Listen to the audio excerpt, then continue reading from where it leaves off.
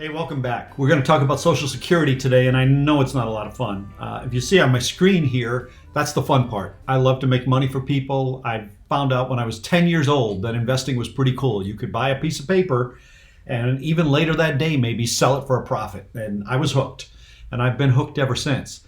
And so I know when my clients get together with me or with friends, they talk about the stocks, the mutual funds, the things that are actually making them money.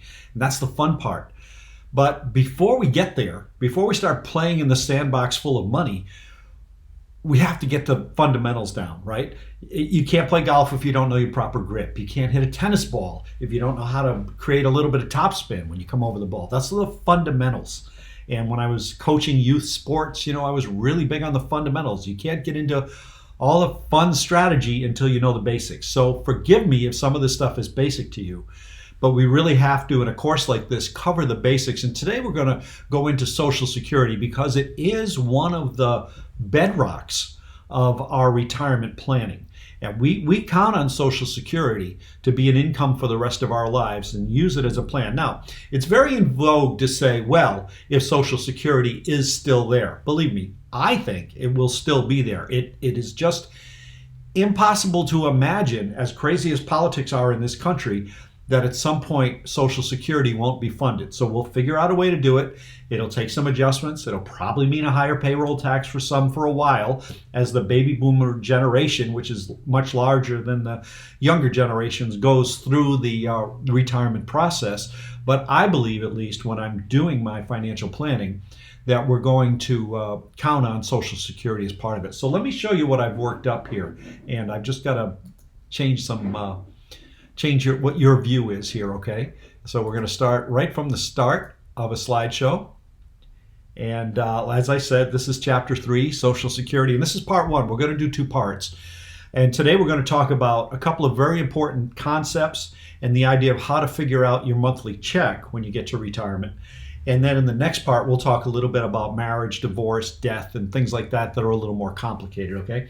So we went through the process, speaking of fundamentals, and the most basic thing is to start with your projected retirement budget. Whether you do it on the back of an envelope or use a form like this, I think it's helpful to know what your monthly costs are expected to be when you get to retirement. Then the next step, if you recall, was that we drew a mind map because of the inside of your brain looks like the inside of mine. It's really helpful to get everything laid out in a place where you can understand it and just look at it visually and know what you're dealing with. And certainly your Social Security monthly checks are something that we're going to talk about when we start to look at a retirement plan, and certainly something we're going to put on that mind map when we get there.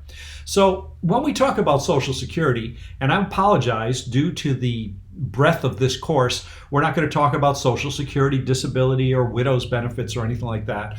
We're going to pretty much go with a straight retirement scenario, which is, most people. I have some expertise and experience with the other parts of Social Security, but for the purpose of this course, we're just going to kind of stick with the basics. And there are 2 things you've just got to know. And these, you might want to write them down because you can't have a Social Security discussion without knowing what these 2 things are.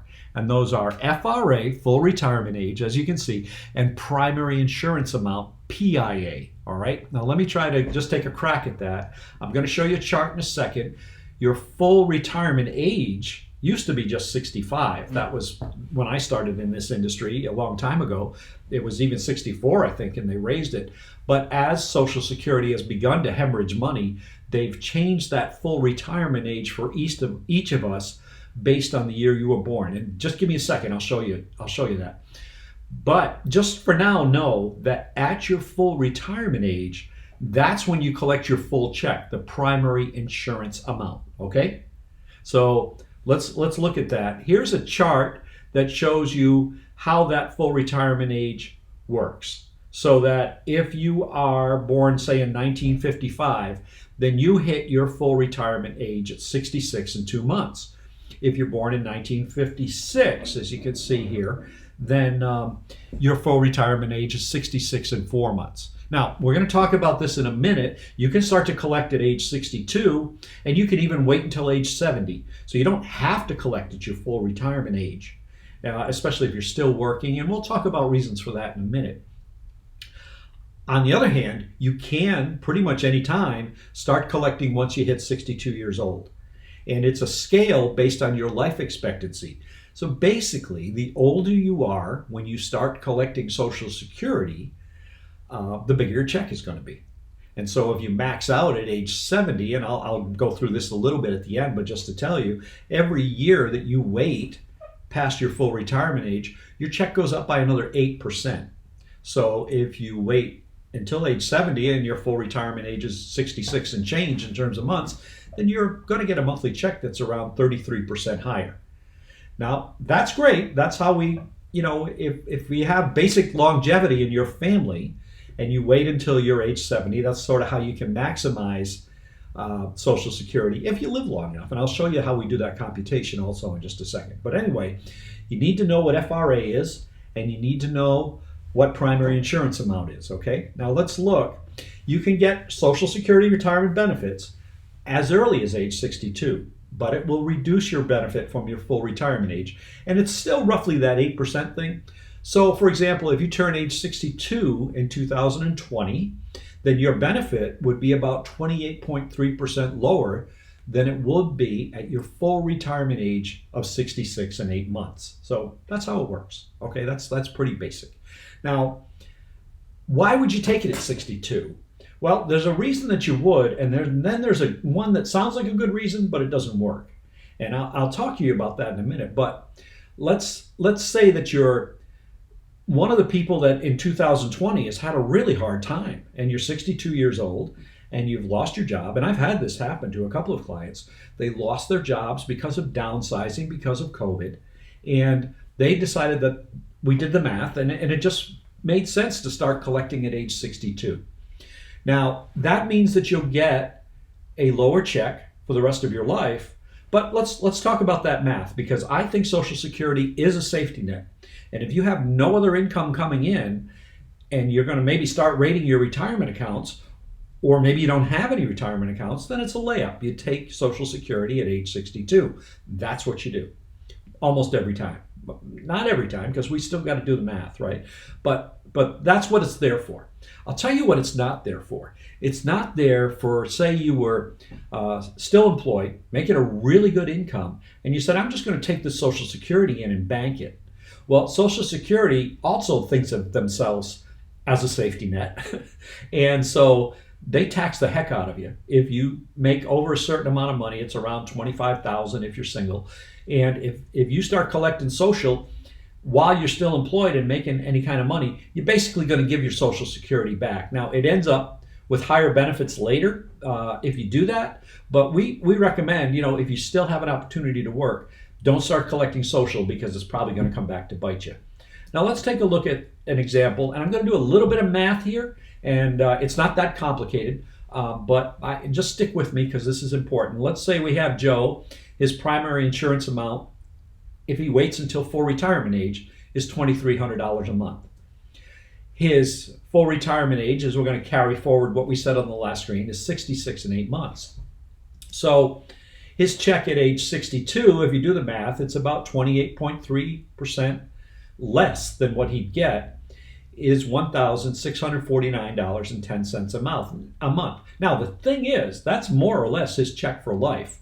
Yes, he'll get occasional raises from cost of livings, but they've averaged like 0.5% or 1% for the last several years. So basically, this is why this is one of the most crucial decisions you'll make, is Joe is locking that in. Now, you can say, well, if Joe waited till he was 66 and 8 months old, he'd get a much higher check. He'd get $2,300 a month. So he's making a mistake, taking it early. And maybe he is. It depends on his life expectancy, and he should look at how long did his parents live, how healthy is he now, and also his employment prospects. But I'll show you how we do the break-even math here.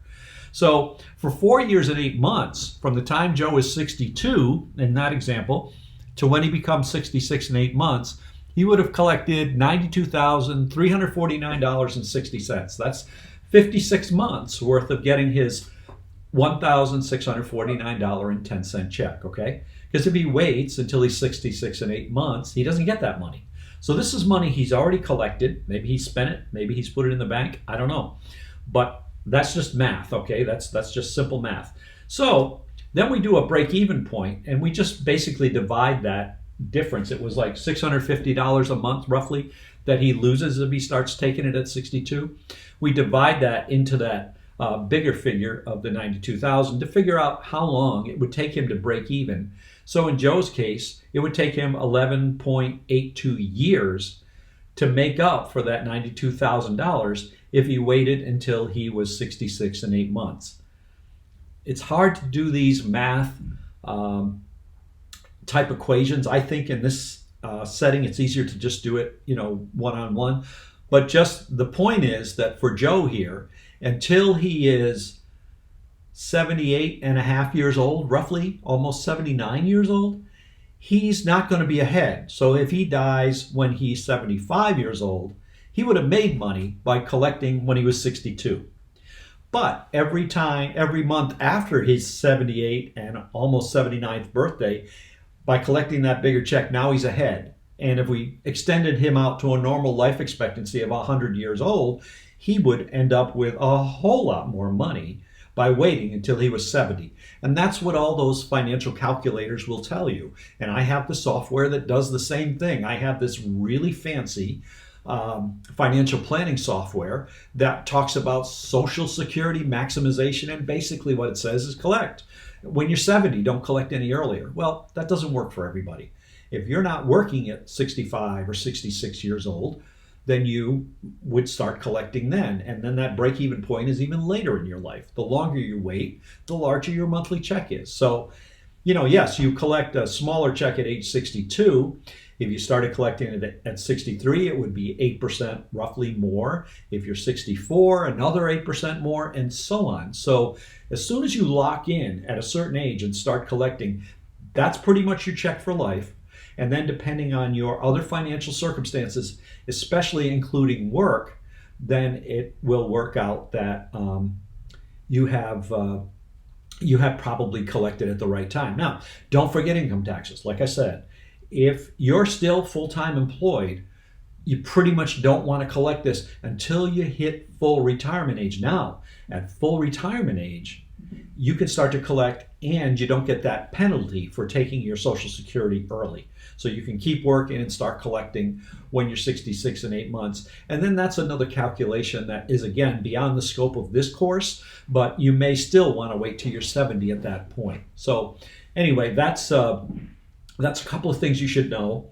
The other side of that equation, as I mentioned, is if you wait until you're 70, then you get roughly an 8% annual increase. So Joe here, whose primary insurance amount was about $2,300 a month, if he waits until he's age 70, then his actual check will be more like about $2,900 a month, which is significantly more. That's nice. So there are lots of reasons we'd like to wait until 70 if it's possible, and that may include having a bridge of taking a little money out of your Social Security, out of your retirement account for a year or two until you get to 70 and start collecting. Every situation is just a little different, and in every situation I think the math is just a little different. And what I like to do in financial planning is let the math guide us. So we'll do the math, and that'll kind of tell us where we're at. But those are the two most basic things you need to know about Social Security, right? PIA, primary insurance amount, and FRA, your full retirement age. Once you have those, then I think it's easier to grasp this whole concept of what Social Security is about. And of course, go to socialsecurity.gov. You can punch in your own Social Security number and you can get your numbers. And they'll tell you what happens if you start collecting at age 62, or if you wait, or at your current age, or if you wait until you're 66 and 4 months in my case, or until you're 70. They should have all that right there on socialsecurity.gov for you. You can call them up too if you're not computer comfortable. Then you can also call them and they'll go through it with you. Plus they send you that monthly annual estimate of your monthly benefit through Social Security. So hope this helped, and we're going to talk more about this in the next video, but these are the basics, the fundamentals, and we got to get those before we start to have fun making a lot of money. Hope this helped. Talk to you in the next video. Thanks.